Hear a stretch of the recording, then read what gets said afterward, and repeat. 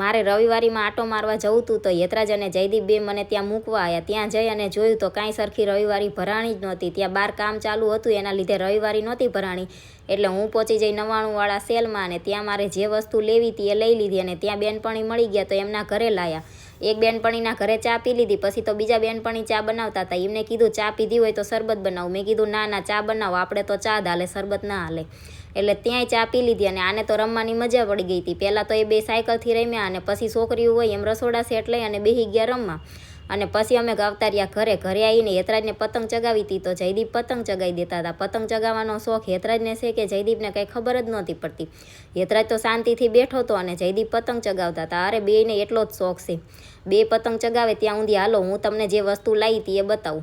તો પહેલાં તો રવિવારી તો સરખી નહોતી ભરાણી, પણ એક બાર દાદા બેઠા હતા એમની જોડે આ ચોપર હતું તો એ 100 રૂપિયાનું મેં લઈ લીધું હતું. અને હું 99 રૂપિયાવાળા સેલમાં ગઈ ત્યાં નાના એવું કુલડી જેવા આકારનું બહુ જ મસ્ત હતું કાચનું, એ પણ મેં 20 રૂપિયાનું લઈ લીધું હતું.